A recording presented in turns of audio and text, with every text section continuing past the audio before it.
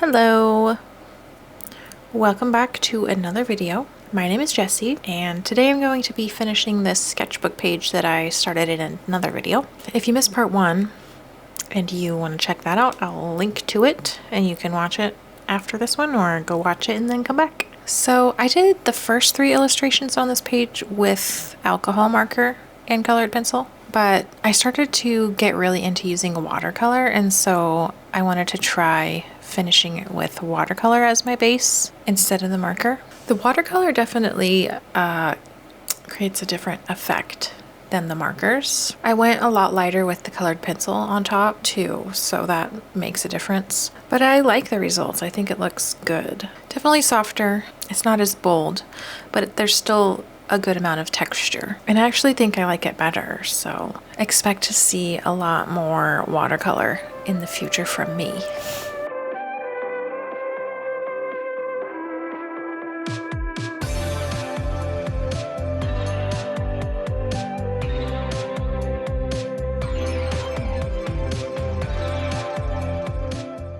So just continuing on with this desert theme here, I've got a jackrabbit or a wild hare, whatever. I don't know if there's a difference between those two animals technically. Anyway, the rabbit and a scorpion is all I have left to finish on this page.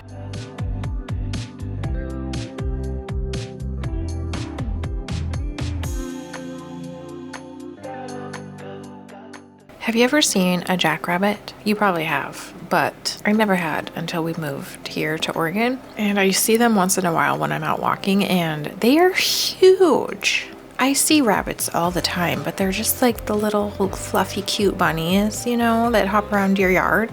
These guys are different. They have super duper long legs and huge tall ears. Yeah, they're different. They're different looking. Pretty cool though.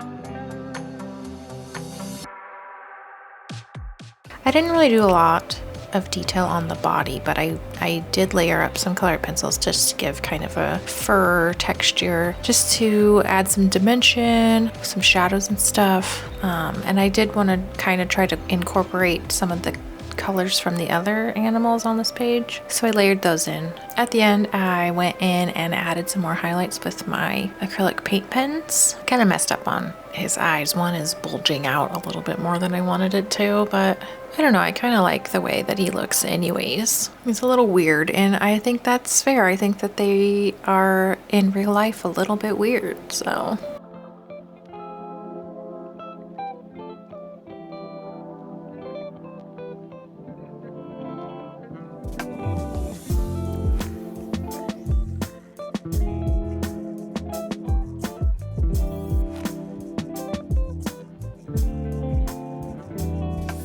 Okay, so I have a scorpion story to tell you. So my husband and I bought a house a few years ago in Central Oregon on a couple acres. And before we moved in, we were working on the floors. We ripped out carpet and put all new flooring in, and it took us a couple months to finish it. But I had ordered a new rug and it was delivered, and I brought it in the house and I just kind of set it up against a wall, and it sat there while we were finishing up the floor. And when we moved our furniture in, I was gonna set up this rug, so I was taking the plastic off, and as I was going to roll it out, I stopped because I saw something. It was the back of the rug was showing and there was something on it. And my first thought was that it was just like a little clump of thread because it was kind of the same color as the yellow that was in the rug. In the back of my mind, I knew that that was not what it was, because at some point a few days or a few weeks earlier, my husband had been outside and he came in and he was like, look what I just found. And he had this coffee can and inside was a scorpion. And I was like, oh great, I didn't even know that there were scorpions around here. So I just had a feeling that that's what it was on my rug. But it was all like curled up. You know how when they get scared, they like suck their legs and their tail in and they kind of crumble themselves all up into this little ball. So I still wasn't sure exactly if it was a scorpion or if it was just a ball of thread, and I didn't know if it was alive or what. So I went and grabbed something, a screwdriver or something, and I was just tapping around it to see if it would move, and it did. It jumped off the rug. It was definitely a scorpion. It jumped off the rug and it was running around our house. Thank goodness my husband was home, because I think I would have just left and never came back if he hadn't been here to catch it. So that was the first time. We found a scorpion in our house. The second time was like maybe a month later. I found one in the shower with me after I got done showering. So our shower has sliding glass doors. So it has like a metal track that the doors sit in. And I finished my shower. I opened the door to grab my towel. And as I'm bringing my towel back in, I happened to glance down at that track because I saw something out of the corner of my eye. Maybe it's just a clump of hair. Maybe it's just a hairball. Again, I want it so bad to not be a scorpion, but I know that it is. So yeah, it is. There's a scorpion in the shower with me, so I'm stuck in the shower yelling for my husband, but he can't hear me.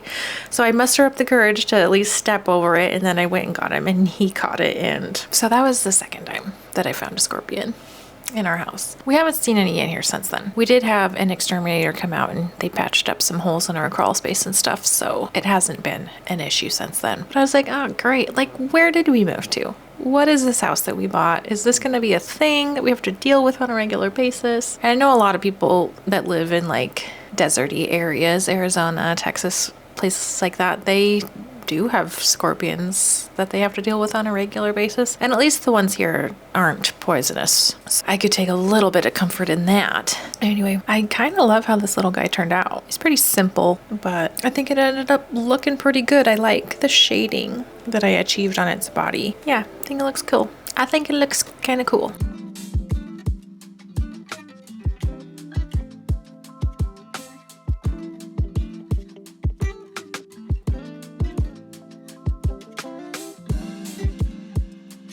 Okay, so I'm gonna go ahead and end this voiceover right here and just let you finish the video without me with a little bit of music. Thank you so much for watching. Don't forget to go check out part 1 if you want to see me coloring in the skull and the snake. I did delete on accident the vulture part, but the skull and the snake are in part 1 if you haven't already seen that. Give this video a thumbs up on your way out, and I will see you next week. Bye-bye.